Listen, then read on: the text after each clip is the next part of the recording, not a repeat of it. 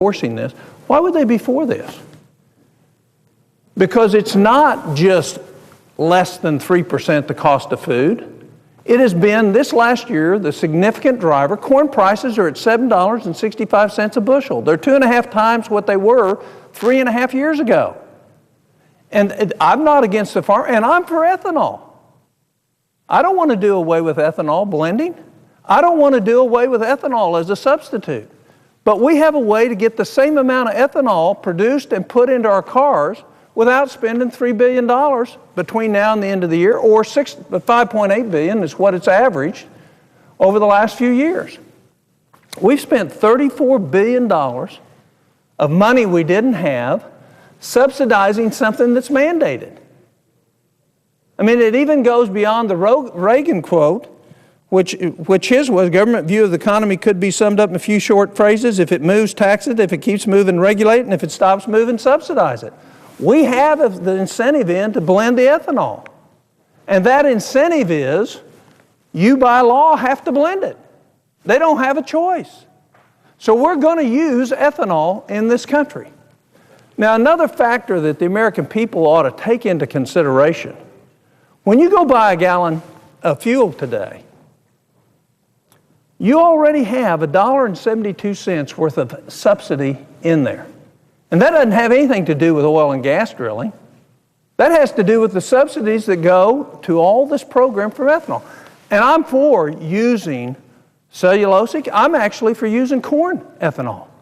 I just don't think we ought to pay twice for it. I think we ought to pay once.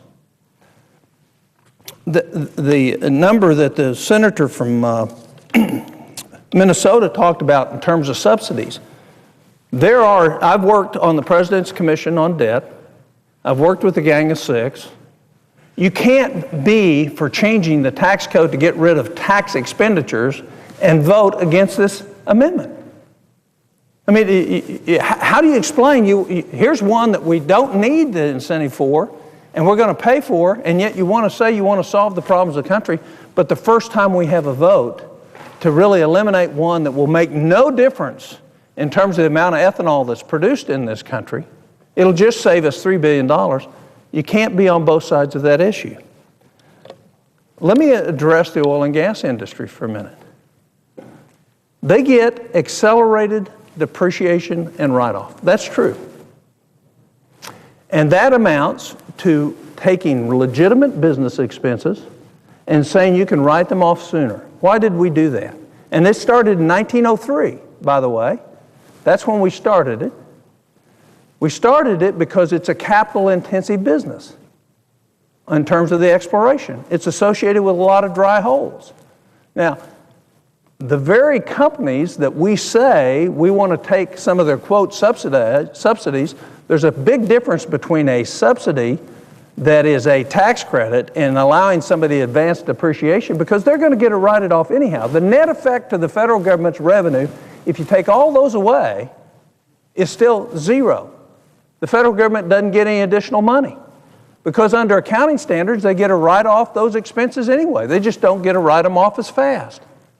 So the body's already chosen to not do that because they're legitimate business expenses. We're not saying take away legitimate business expenses from the ethanol distilleries or the blenders. We're just saying don't pay them money for something that they're going to have to do anyhow that they've already said to us they don't want. And tomorrow during the debate on this, I will add to the record the statement from the National Petrochemical and Refiners Association. The other point I'd make, there's no question we're not energy independent.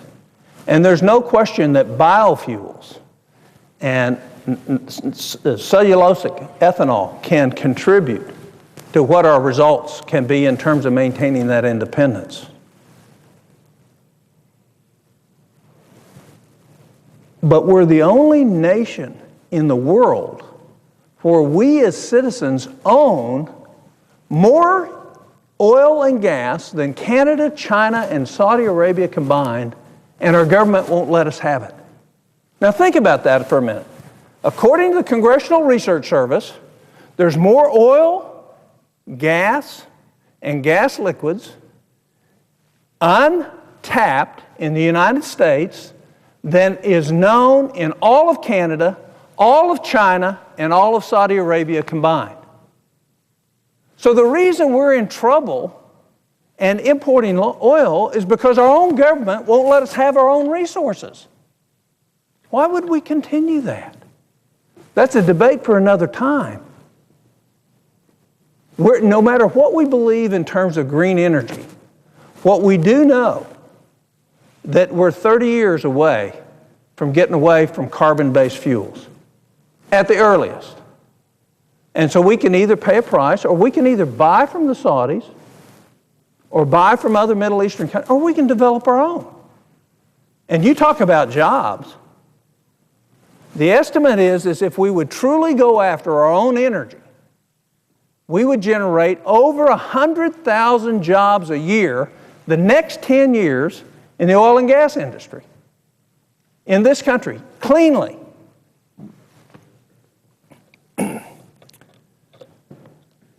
The other comment I've heard is that this amendment wasn't brought up properly. Well, let me talk about something for a minute. When the senator from South Dakota and myself came to the Senate, the first 2 years, you could offer an amendment on anything, on any bill, at any time. Because that's the way the Senate was intended to operate. That you had, as a senator, a member of this body, you had the right to offer an amendment. Now, you may lose it, or it may get tabled, but you have the right to do it. That's not a majority leader's prerogative. It's a prerogative of every individual senator that you ought to cherish and protect. Because if the majority leader is the only one that will decide what amendments get offered and when they get offered, this is no longer the U.S. Senate. It's no longer an ability to offer what is in the best interest of our country or our constituency. And the very fact that we don't want to have amendments, controversial amendments that we have much disagreement on, coming to the floor because we don't want to have to go home and defend it, or we don't want to vote on it because we might lose it. The Senate ought to be a free place to offer ideas and get them voted down. In my first 2 years in the Senate, I had tons of amendment votes. As a matter of fact, I had every amendment voted down. There wasn't an amendment I won. But I had the freedom to offer the amendments. And you know what? We passed 10 times as much legislation in that Congress than we have the last 2. So limiting amendments is not the prerogative of the majority leader. Deciding what bills come to the floor is the prerogative of the majority leader. And if we want to go home and tell our constituents that we've voted against saving $3 billion, that we're going to borrow 40% of it from the outside of this country because we don't like the way an amendment was brought up, how else do you bring up an amendment if you can't in the U.S. Senate? Every true and proper procedure was followed in bringing this amendment up. And had this amendment been allowed to come up, if other members hadn't objected to it, we would have never used cloture to bring an amendment up. You shouldn't have to use cloture to bring an amendment up. You should be able to bring any amendment you want up and let senators have the courage to vote the way they want on it, rather than to say, I'm going to hide it behind not having to vote, so I'm going to object to having a vote on an amendment. Well, if we start down that process, we're never going to have any amendments. And every amendment's going to end up having to have 60 votes just to be brought up. Because if we're going to move to that procedure, and I know procedure in this body pretty well, then I'll insist that we do it all the time. That'll dead stop the Senate. So the idea that you can hide behind the excuse that even though you want to save the $3 billion, but you don't like the way the amendment was brought up, is a pretty flimsy excuse to go home and explain to your public that you think we should never have cloture motions on amendments. We ought to be able to bring any amendment up at any time. And I see the majority leader coming to the floor. He's a dear friend of mine. He has the hardest job in Washington. There's no question. But the privilege to bring an amendment to the floor ought to be protected for both sides of the aisle. And you vote it down, you table it, but you do something with it. Let me just finish by saying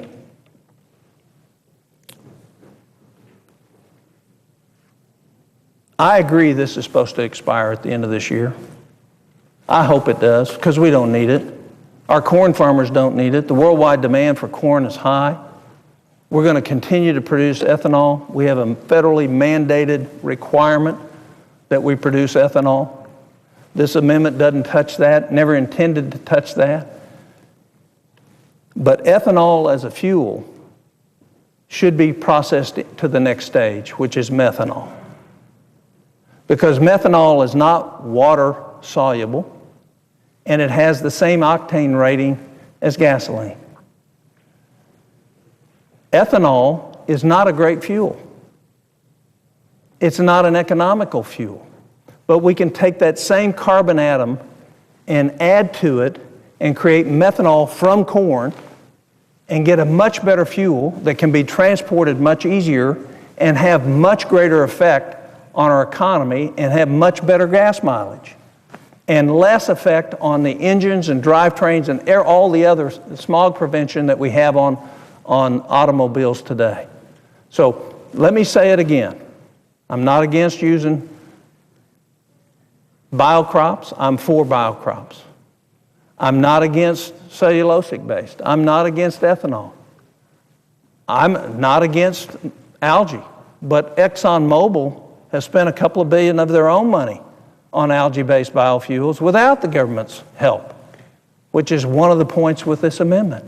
We no longer need the help. We no longer need to spend this money. So as we debate tomorrow, I look forward to the debate. I'll be on the floor all day to answer questions and to debate the pros and cons of this amendment. And I thank the Senate for the time, and I yield the floor. The Majority Leader. I ask unanimous consent the Senate proceed to S-Res 207. With that, the clerk will report. S-Res 207.